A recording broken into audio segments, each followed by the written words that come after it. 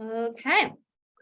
So hello everyone. My name is Liz Adams. I'm a neuropsychologist, and I'm recording this version of a talk that I gave to the GLO community last Thursday.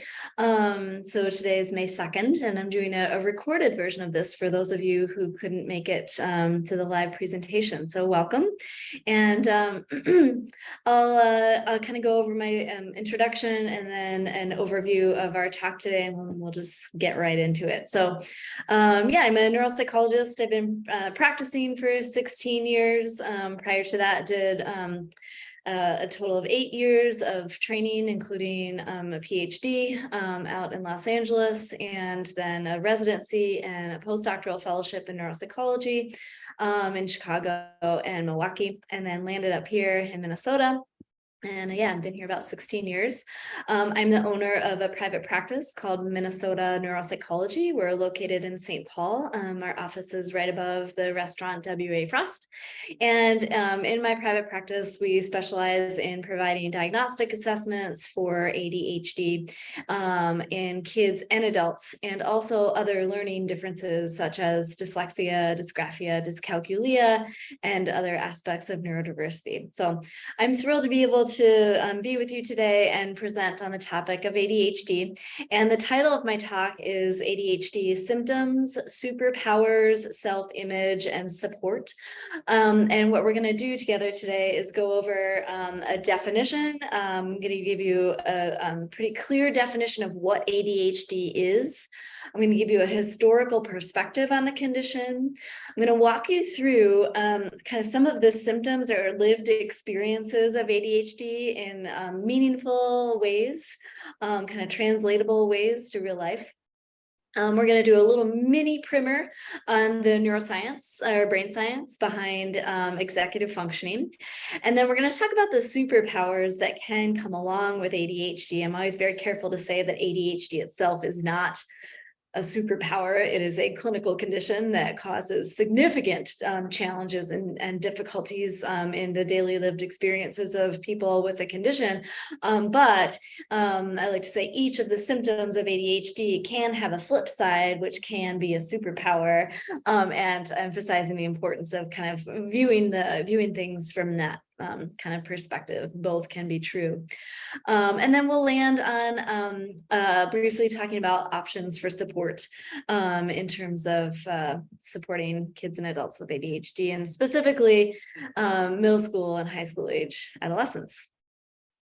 So this is kind of like a left turn right at the beginning, but I was walking by the Mississippi River in preparation to give this talk last week, and I saw this eagle, the one that's pictured in this slide, soaring above everything, and just with this ease and confidence, or I guess I'm projecting the confidence part, but I thought this is what we want kids with ADHD to experience, right? That alignment and flow, not necessarily more striving or pushing or squeezing to fit into a norm, right? We want them to do their thing and make it look easy, just like the eagle, right? So that's kind of the vibe of my approach to things. All right, so let's get into the definition of ADHD in a historical perspective. So ADHD is a developmental condition. What this means is that it has its origins before birth, and it affects behavioral, emotional, and social functioning, as well as cognitive functioning.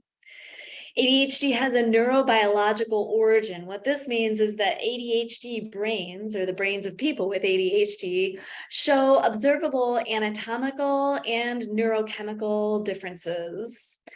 And in most cases, the origin of ADHD stems from one or a combination of early factors, including genetics, and then other things that can be involved, including prenatal factors, birth conditions, and early environmental factors.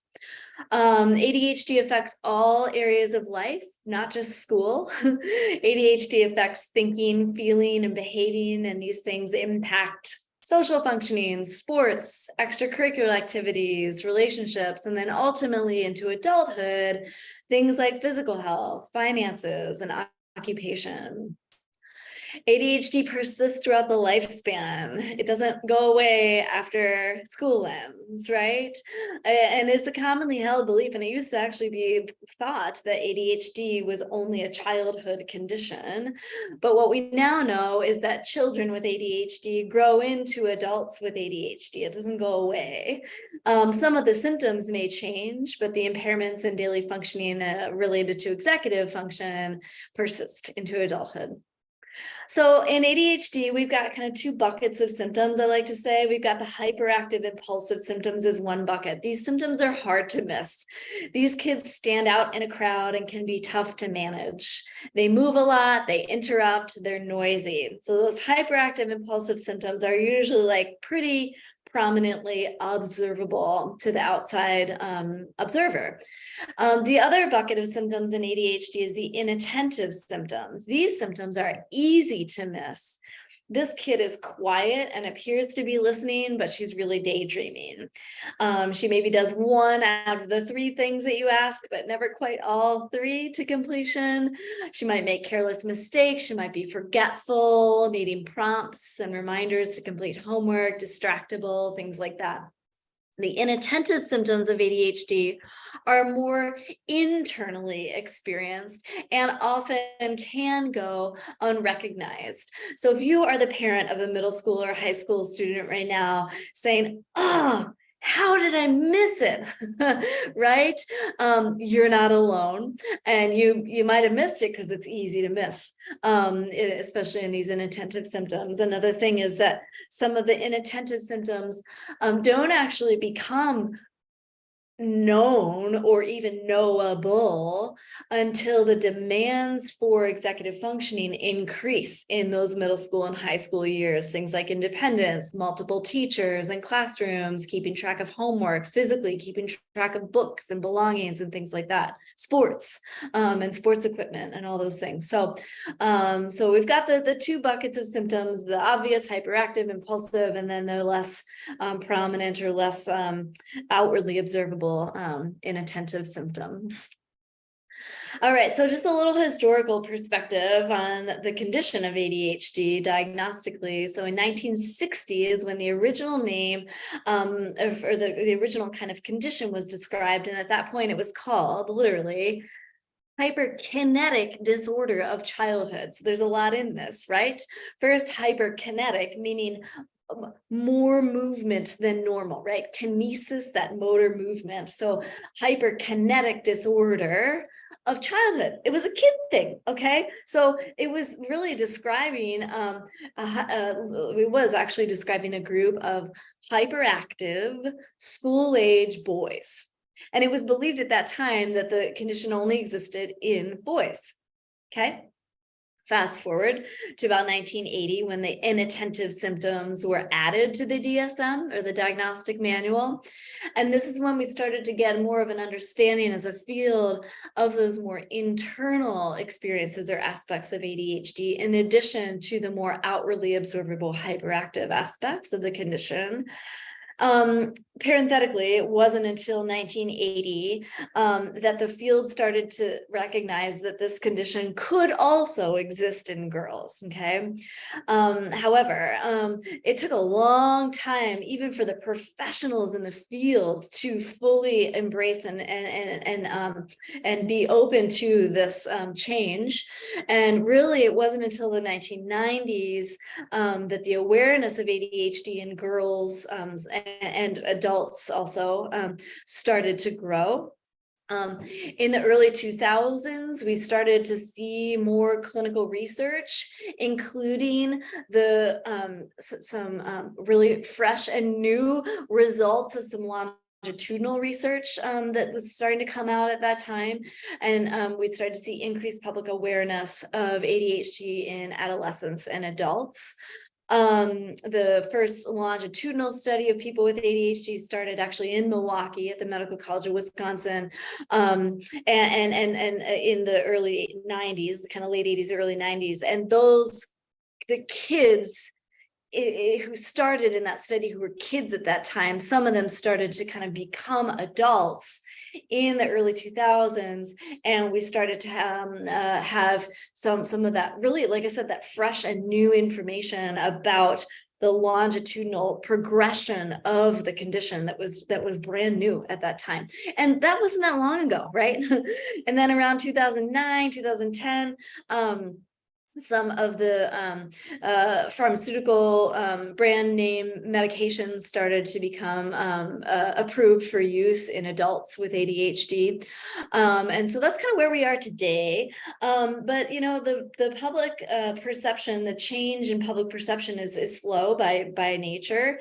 And so we still have less awareness and even less clinical research on girls with ADHD and also adults with ADHD. So there's lots more to be done in that, but that kind of gives you an overarching theme of kind of where we've come from with regard to the history.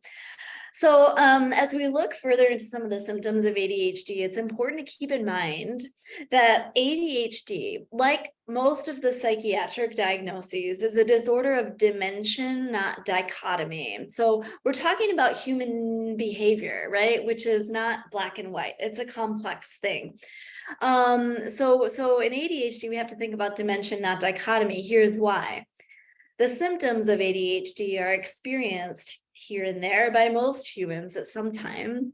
We all have difficulty focusing, for example, sometimes, and this is the dimension of human experience.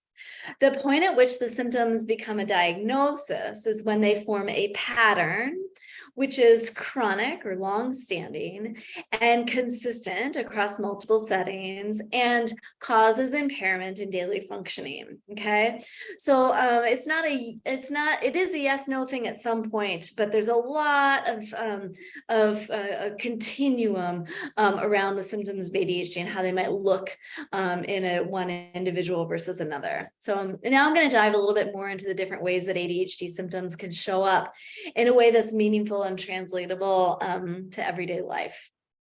So in addition to the pretty obvious motor hyperactivity, that hyperkinesis, those kids that move around a lot and they're running around, another aspect of ADHD is that the I part of that bucket. So hyperactivity and impulsivity, right? So we can think about impulsivity in three different categories: impulsive behaviors, impulsive feelings, and impulsive decisions, right? So impulsive behaviors looks like this. The thing is happening before the person has a chance to consider its consequences, right? It's not that the person is completely out of control of their behavior, though it can feel like that sometimes. It's just that they have a shorter space, like a shorter time frame in which to decide whether to do the behavior or not. This can look like things like interrupting in conversations, blurting things out, pushing the limits of what's socially acceptable. The behavior is happening before they have a chance to think through the consequences. Okay. Impulsive feelings. Now, this is a two-part process. So it's not that people with ADHD have different emotions than others, right? Rather, it's that they have more difficulty regulating them, that's part one, and filtering them, part two, okay? So the regulating, part one, is an internal experience, right? That strong emotional reaction, that strong physiological reaction is pretty intense. And then part two, the filtering, is external. So people who experience impulsivity in their emotional, impulsive feelings, right, or impulsive emotional regulation, tend to show more emotion than would be appropriate in a given setting. So it's the intensity of the emotional experience and what I call the porous filter through which that emotion is expressed. And so you think of a filter like a screen that has tiny little sections in it because it's trying to keep small bugs out of your house, right? Versus like a chicken wire fence, right? That has like larger holes that like bugs can easily get in and out of because it's trying to prevent chickens from getting out, right? And so, so essentially, the emotional regulation piece of ADHD in terms of the expression involves a more porous filter with bigger holes. So emotions kind of tend to be expressed more quickly and easily. By the way, emotional regulation is a huge aspect of the lived experience of ADHD that is not currently represented by the clinical symptoms. And so this is why it's important to work with a provider who's aware of the clinical research in addition to just the straight DSM symptoms. Impulsive decision making. So people with ADHD tend to have a limited tolerance for ambiguity, is what I like to say. So essentially, a lot of times people with ADHD would almost prefer to just have the decision made rather than taking the time to consider all the different options or think through all the potential consequences of the decision, right? The draw of the decision is made, the completion can be stronger than that kind of rational approach of like, maybe we should think through all the different options. So impulsive decision making. All right. And then I include this image that was drawn for me by an artist out of Canada named Byron McBride. But this is the elephant and rider analogy that's presented by social psychologist Jonathan Haidt out of Columbia University. Haidt is his last name. And essentially, it's a great analogy or image to illustrate the mechanism, the neuro kind of, I guess, anatomical or neuropsychological mechanism of impulsivity. So the idea is this. The human rider is sitting on top of the elephant, and the human rider represents the rational brain, right? And the elephant represents the emotional brain, okay? So the rider assumes she's in charge because she's kind of up there, right? She's got the map. She can kind of like look around and see, you know, where she's going, right? That rational brain. But it's like, let's be real. Sweetheart, you are riding on an elephant. So let's be real. Who's in charge of the situation, right? And that emotional, so basically we're illustrating the extreme power of that emotional brain. And I like to say in the brains of people with ADHD, it's like that rider and elephant kind of need to work on their communication together so that they can work in concert together and be more clear with each other. So I'm going to talk through 3 aspects of the inattentive symptoms of ADHD, including time window, distractibility, or what I call magnetic pull, and then working memory, or what I call uphill climb. Okay, so time window.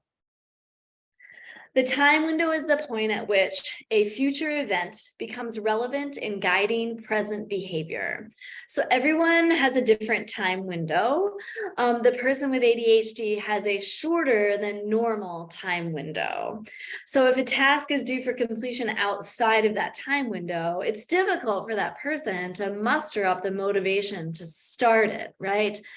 Importantly, this is a reframe of procrastination, right? In that for individuals with ADHD, it's not just pure avoidance of the task. It's not like a volitional, it's not always a volitional, I don't want to do it, right? Often it's a genuine struggle in holding that future goal in mind because of this different cognitive perception of time, right? And so, for example, if we've got a high school kid and the paper long project is due a month from now, if that kid's time window is 1 week, the paper that's designed to take 4 weeks to complete is going to have to get completed in 1, right?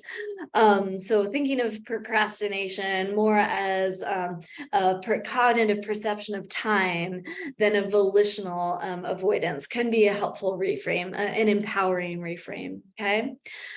Okay, what do I mean by magnetic pull? So people with ADHD are less able to resist goal irrelevant distractions. So there's a limitation in the ability to filter irrelevant input, making it easier to get off track.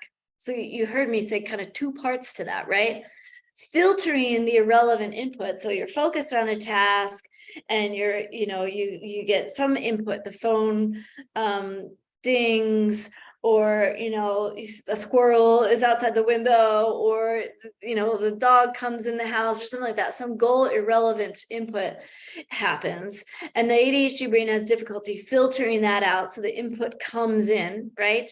And then the second part of this is that it's easier then for that person with ADHD to get off track or pulled off task. And this is what I call the magnetic pull, because a lot of people with ADHD describe this as like a magnetism toward distractions that's really difficult to resist. Okay.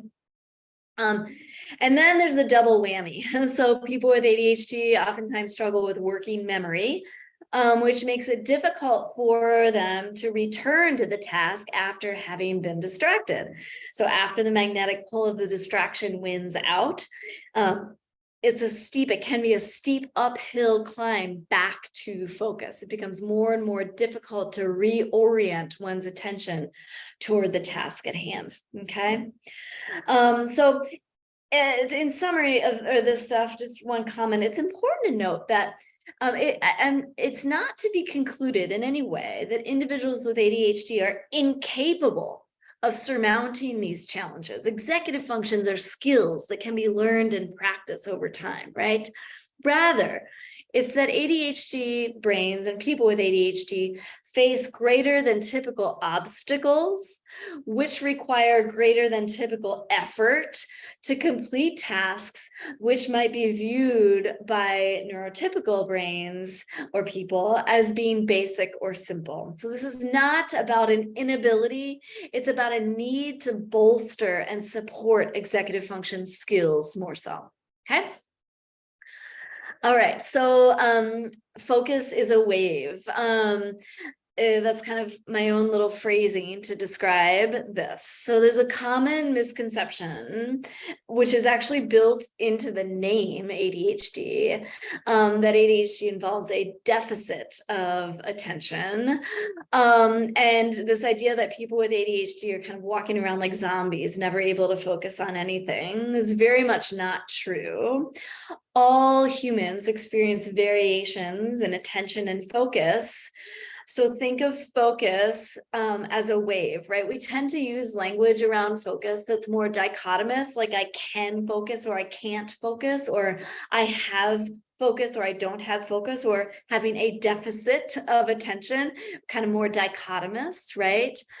But we need to actually think about focus like a wave, because we're not actually talking about a deficit of attention. Many people with ADHD actually have plenty of attention to go around. The deficit is in the ability to allocate, regulate, and sustain that attention toward a specific task at a specific time.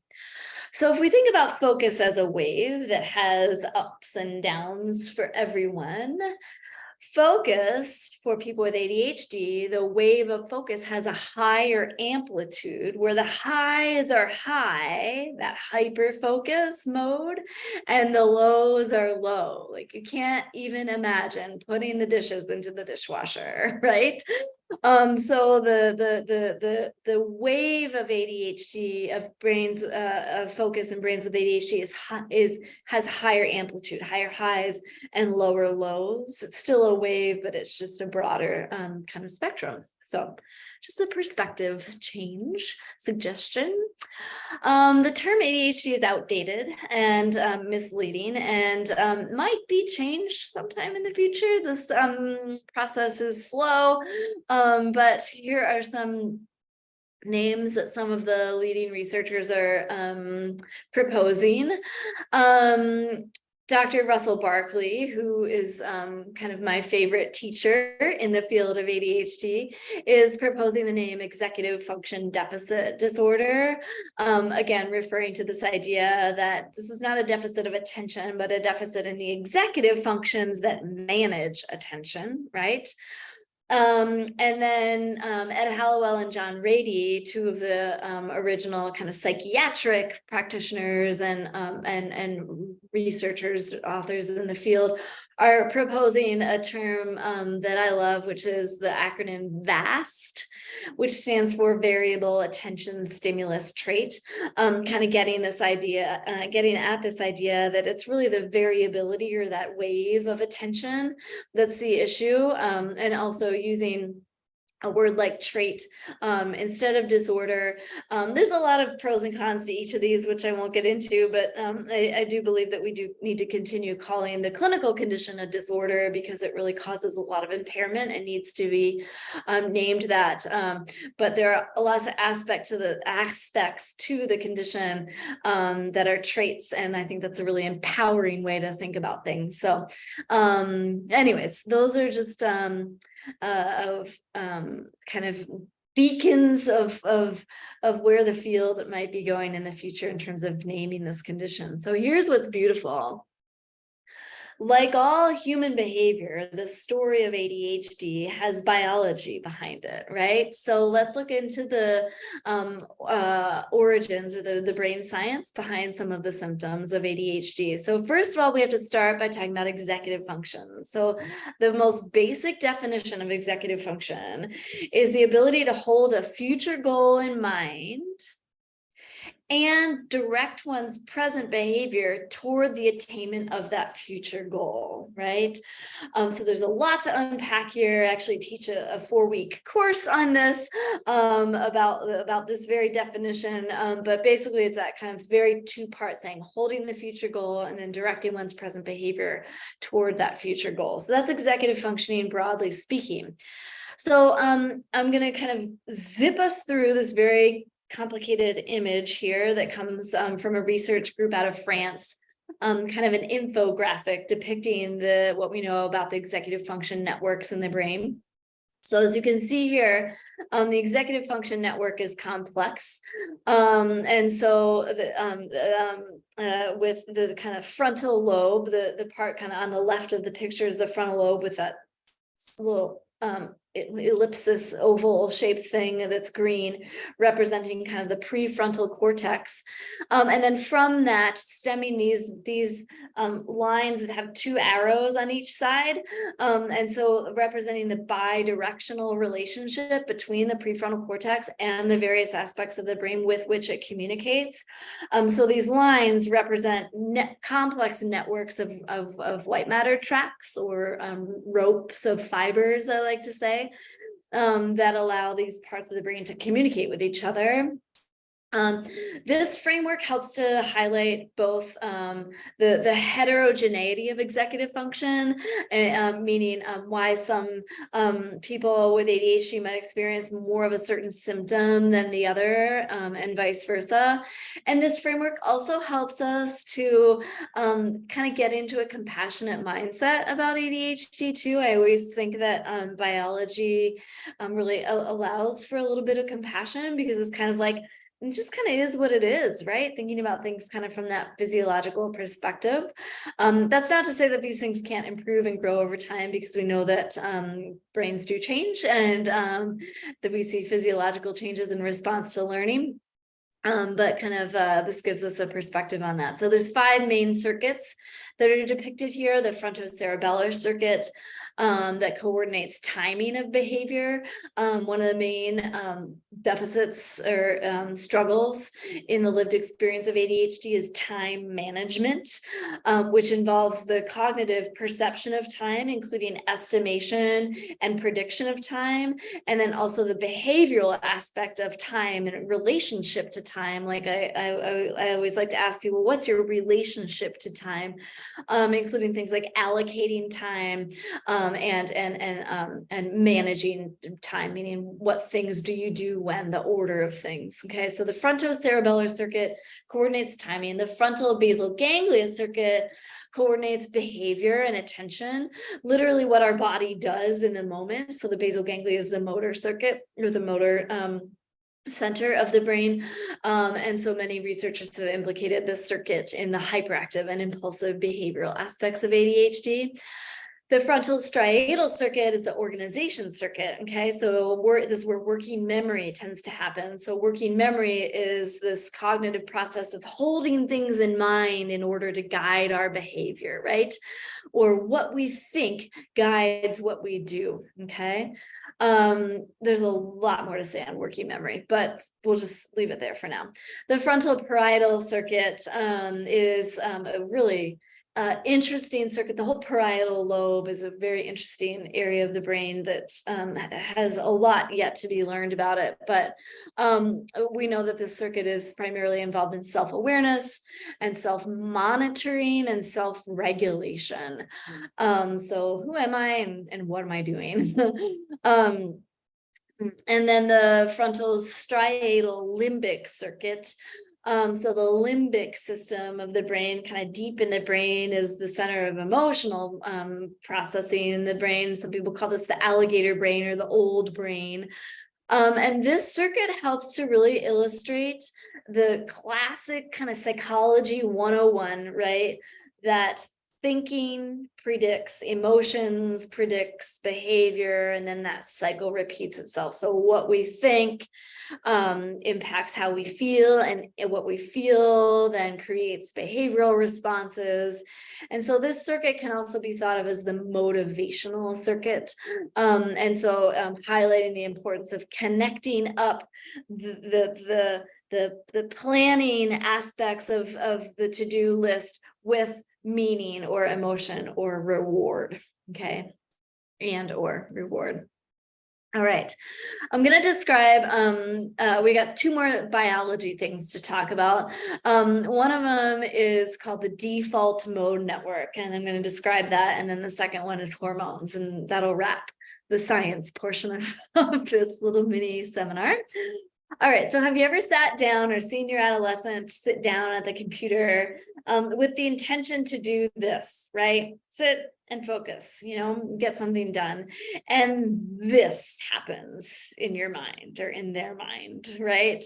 Kind of that like scatterbrain, kind of like what if brain. I like to call it the daydreamy brain network, okay? This process of trying to focus on one thing and like the brain actively coming up with about a million other things, options of things to focus on. So I like to call this the brain's seesaw of focus, like a seesaw on a playground. Okay, so here's the story. Functional neuroimaging or fMRI researchers early on were describing what's called the task positive network, which was a network in the brain that they measured to be consistently activated when research subjects were engaged in focusing on one thing. Okay, so the single-minded focus, and that's kind of the task positive network. Okay. In the late 90s, early 2000s, researchers discovered something called the default mode network. And the rumor has it, or the story goes, that accidentally a subject was placed into the fMRI scanner and the stimulus was not shown to them. And so the person was like laying there in the scanner, just kind of waiting and not sleeping, right? But also not focused on anything specific. And when the researchers analyzed this kind of quote mistake, they actually kind of saw a pretty coherent network activate. And so fast forward 10-ish years, and that network has actually been validated in many studies and named, and it's called the default mode network. Okay, so it's that network that's active when the brain is thinking about a lot of things, not necessarily one specific thing, or that daydreamy brain. Now here's the punchline. For neurotypical brains, or brains of people without ADHD, specifically in this case, when that on the seesaw, when the task positive network is activated, that default mode network drops out. So it's that experience of like, yep, just focusing on the one thing, right? And what we know about the brains of people with ADHD is when that task positive network is activated, the default mode network is still alive and well and still active, right? So it's that experience of focusing on one thing and also having lots of other things mentally kind of in the background, the to-do list, the what if we did it a different way, the all those kind of internal distractions. So that's a helpful way to think about focus in the brain as well. I always talk about hormones whenever I'm talking about the neurobiology of ADHD. Here's why. So it's common knowledge that hormones affect mood, right? But something that's not so commonly known is that hormones affect thinking too, especially executive function. Here's how it works. The main neurochemicals involved in these executive function networks that I've been describing are dopamine and norepinephrine. Okay, the amount of these chemicals that are available in the brain affect behavior and attention. So very simply put, lower levels of these chemicals are associated with more problems in executive functioning. Okay. Enter estrogen, okay? Estrogen is one of the primary modulators of dopamine in the brain. So estrogen, the presence of estrogen allows for more dopamine to be available to this frontal lobe executive function network. Therefore, estrogen affects thinking and behavior. Estrogen levels affect thinking and behavior. So for girls and women with ADHD, it's important to consider hormonal variations, both in terms of monthly cycle fluctuations of hormones, when that estrogen is lowest, usually during that week before the period, executive function symptoms can exacerbate. And then also in terms of exacerbations of executive dysfunction across the lifespan. The average age of ADHD diagnosis in boys is 7 years old. The average age of ADHD diagnosis in girls is 12 to 13 years old, right around the time when those hormonal changes are happening. And then there's a bimodal representation of diagnosis of ADHD in girls and women, with one peak at that adolescent phase, 12 to 13, and another peak in middle adulthood, kind of early 50s, right around the time of perimenopause or menopause, when those estrogen levels are changing as well. So just kind of three aspects of biology to be thinking of: the executive function network stemming from the prefrontal cortex, the default mode network, and hormonal changes. All right, so self-compassion and self-image are some of my favorite things to talk about in ADHD. I'm going to give a quick overview of them here for us today, but there's lots more to be said and read about in this area. So here's the deal with self-image. So ADHD by definition is a disorder of self-management and self-regulation. Okay, so because of this, people with ADHD often experience kind of an internal Jekyll and Hyde, right? Like a demon and an angel on the shoulder kind of a thing, right? This feeling that there are two parts to oneself that don't line up with each other, right? The elephant and the rider. Okay, so you get my drift, right? And people with ADHD often, because of this internal dilemma, they want to do the thing, and yet they're not doing it, right? Or they want to listen and concentrate in conversations with their friends, and yet their mind is not focusing, so they don't remember what their friends said, right? Etc. So this can lead to self-criticism, kind of frustration with oneself, and learned helplessness, okay? Because the pattern of these things happening over time can just result in the kind of a subconscious sense of like, it's not going to work out anyway, okay? Many middle and high school students with ADHD start to look to others around them for information about how they're doing, because this internal dilemma or internal inconsistency can be really confusing. So it's really common for people with ADHD to develop this kind of like knee-jerk, well, what do you think about it stance, because they're a little bit confused about how they think and feel about things. And so adolescents with ADHD get really good at picking up on how other people perceive them, and often have a struggle to have a clear understanding of themselves. So I've got this image of the fog, kind of foggy lake, and fog lifting. This is the image that I use for this slide for self-image, because I recommend a two-step process for supporting adolescents with ADHD and strengthening their self-image. The first one is neutral awareness, and the second one is self-compassion. So neutral awareness involves learning about the symptoms and patterns of ADHD to give a new framework or a new lens on the adolescent's lived experience, to let them know that they're not alone, to give some meaning to things that can feel kind of arbitrary, and to give opportunity to reframe things like, for example, procrastination versus time window, right? And many other reframes. But the neutrality of this awareness is key, right? Judgment free. And once we start to bring awareness to that pattern, the fog of self-judgment and the fog of self-criticism can start to lift, and you can kind of start to see the forest for the trees, right? You can kind of start to see from that bigger picture perspective.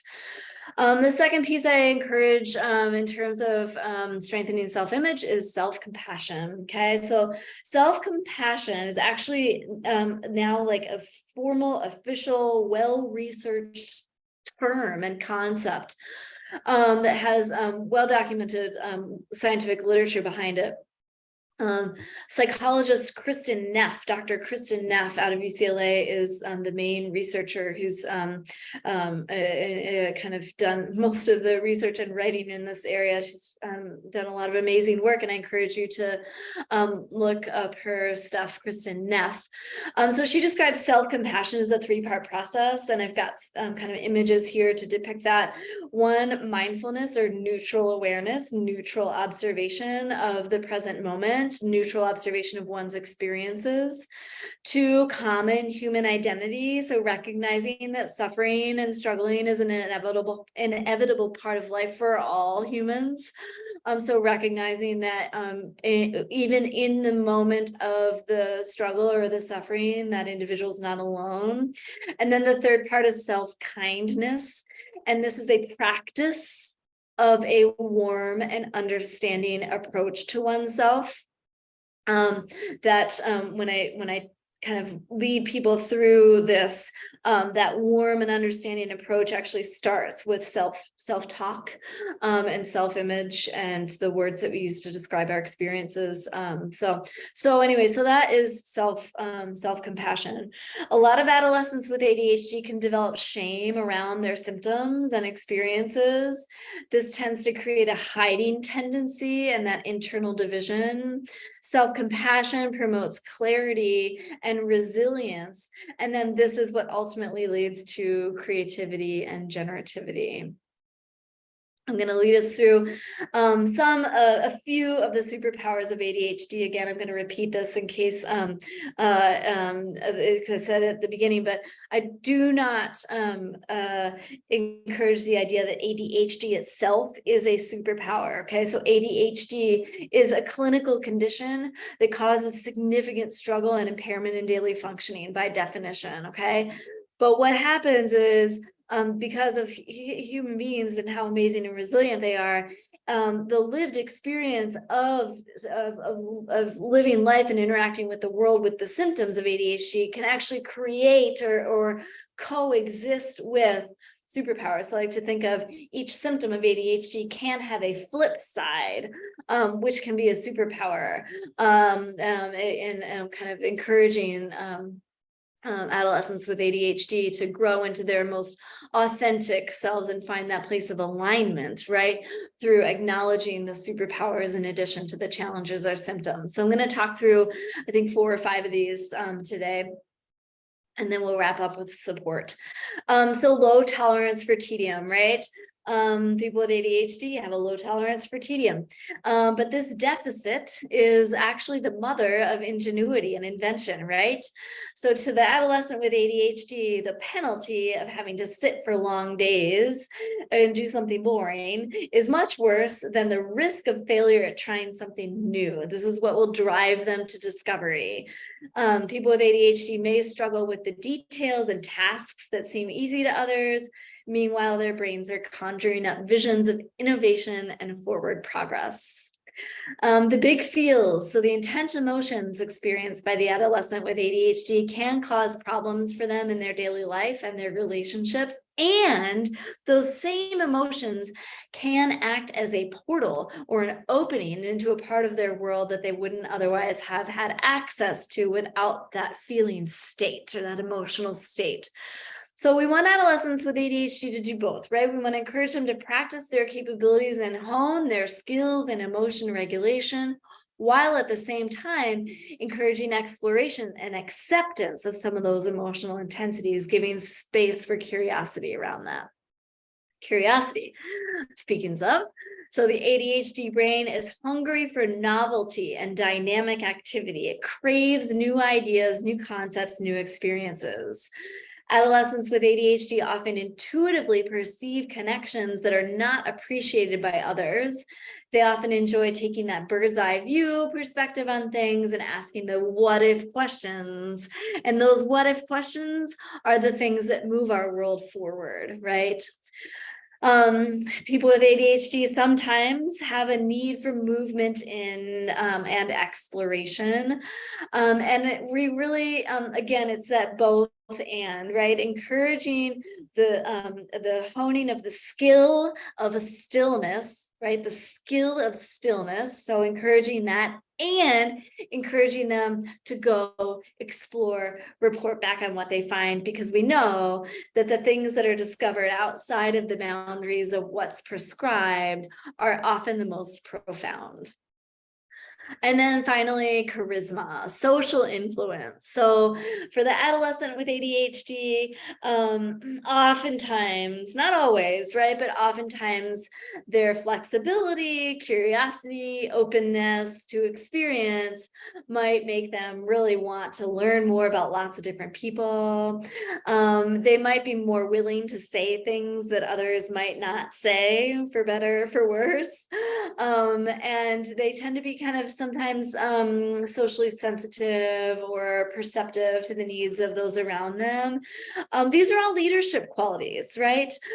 So really leaning into the social influence, charisma, and leadership qualities that can coexist with some of the symptoms of ADHD. Okay. So these are amazing humans. I believe that from the bottom of my heart, and I want to talk with you very briefly about how to support them. I'm going to go over my kind of broad menu of support options today. Really specific, tailored recommendations for support for ADHD is what's going to happen in the context of an individual neuropsychological evaluation. But I will talk about the kind of 4 areas of support. So in no particular order, think of this as a menu: medication, therapy, coaching, and mindfulness. I'm going to talk through each of them really briefly.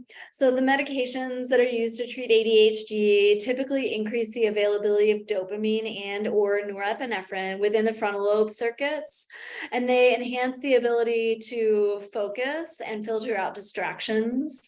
Medications are not always the best first approach to treatment for all people. So I always encourage people to just kind of, not feel like they're being pressured into anything.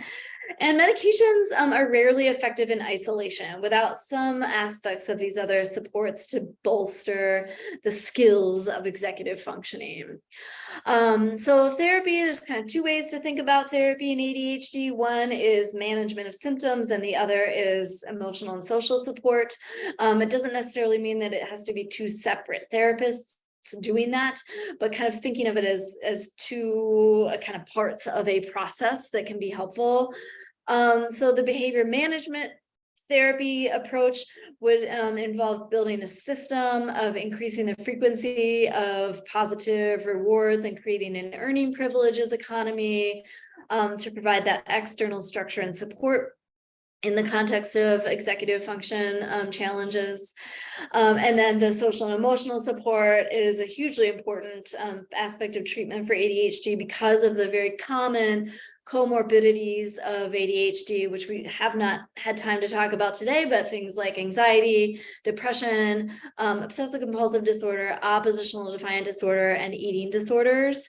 And so because those things are really commonly coexisting with ADHD, therapy is an important, very important aspect of the therapeutic treatment menu as well. And also to deal with some of the social challenges that can come along with ADHD, like something called rejection sensitive dysphoria, or RSD, another separate topic. But basically, there's a lot of social and emotional challenges that can come along with ADHD that are helpful to address in therapy. Coaching for ADHD provides a partnership with someone who can help the adolescent with ADHD learn to do the things they need to do. So the language is important there, right? So the coach comes alongside the individual and helps with training executive function skills, things like planning, organization, time management, general study skills, some social skills, and that's the idea to think about. So people often ask, well, what's the difference between therapy and coaching? Very briefly, therapy is kind of talking about the things and the supports and kind of working through the, those behavioral, emotional, and social aspects. Coaching is more skills based, so working on the things and practicing those things. And then finally, mindfulness. So mindfulness is kind of finally made it to the support menu, even though it's like an ancient practice that's had many things and years to support it. But Western medicine is finally kind of saying like, oh, that might be a thing, because we're finding through neuroimaging studies and clinical research that mindfulness, a consistent mindfulness practice, can help to strengthen the working memory circuits of the brain. So remember that frontostriatal circuit I showed you, the working memory organizational aspect of the brain, holding information in mind in order to act on it. A consistent mindfulness practice has been shown to improve and strengthen those networks in the brain. For working memory. Mindfulness, by the way, also is an important part, as you remember, in the self-compassion. So mindfulness is very important in ADHD. Both in terms of the self-image, self-compassion, and also some of the more cognitive aspects like working memory. I don't have it on my slide, but I also like to add, even though these aren't like technical clinical recommendations, that things like body awareness, movement, anything that connects the breath to the body, like martial arts and yoga, also endurance sports and hands-on activities, crafting, drawing, things like that, can all be very helpful and rewarding to the ADHD brain in various ways. So not necessarily treatment approaches, but more support approaches. So again, body awareness, body breath connection, yoga, martial arts, endurance sports, and hands-on activities are really good kind of real life ways to do this. Let's see here. So I'm actually going to take a minute and talk a little bit more about the mindfulness practice, because that was a common question that came up in the Q&A on the live presentation, and many people associate mindfulness with meditation. So many people are like automatically like, no way, I can't do a 20-minute meditation practice every day, and that is absolutely not what I'm referring to here. A mindfulness practice is about bringing one's attention or conscious awareness to the present moment. That's it. It actually requires 0 minutes of time because it's actually a practice that is built into daily living. So my favorite teacher on this topic is Thich Nhat Hanh, who was recently, or a couple of years ago, passed, but Buddhist monk who describes mindfulness as eating the orange while eating the orange. Okay. And that sounds all, difficult to describe, but it's actually not. And so basically it's the idea of picking one specific thing that a person does every day, like brushing their teeth, for example, tying their shoes, making tea or coffee, and give yourself a period of, like, for adolescents, I actually recommend giving themselves a period of 5 days. So make it really manageable, right? And so for those 5 days, when you do that one thing that you pick, just pick one, just one thing, say to yourself, either out loud or in your mind, I am making coffee, right? I am brushing my teeth, right? That's it, okay? And what that does is it kind of kickstarts this process of awareness by putting language to the lived experience of the doing of the thing, right? Using language to facilitate self-awareness in that present moment. And then the idea is that with a consistent practice of this, that ability to kind of complete that awareness loop will be a tool for the individual when they face life stressors or challenges. And that completion of that loop opens up a little bit of space, or I say expanding the nanosecond, or opening up a little bit of space between stimulus and response. Okay, so kind of heightening that awareness, that conscious awareness in daily life. Okay, I think that is where we're going to land. If there are, I recommend anything that's ever been written by Dr. Russell Barkley, Barkley, is going to be a great resource for you. He's done a lot of podcast episodes and YouTube videos and books that are available on Audible and all those different things. And then my favorite book on girls and adolescent girls with ADHD is called Understanding Girls with ADHD by Kathleen Nadeau, Nadeau. And I think we're going to leave it at that. There's a lot more to talk about, things like school accommodations, at-home supports, social accommodations, and all these things, all of which are things that are really best addressed in the context of an individual process and work with a neuropsychologist. So thank you so much for having me, and I'm going to land here. You'll get an email in terms of giving links to find out more about my work. Thanks again.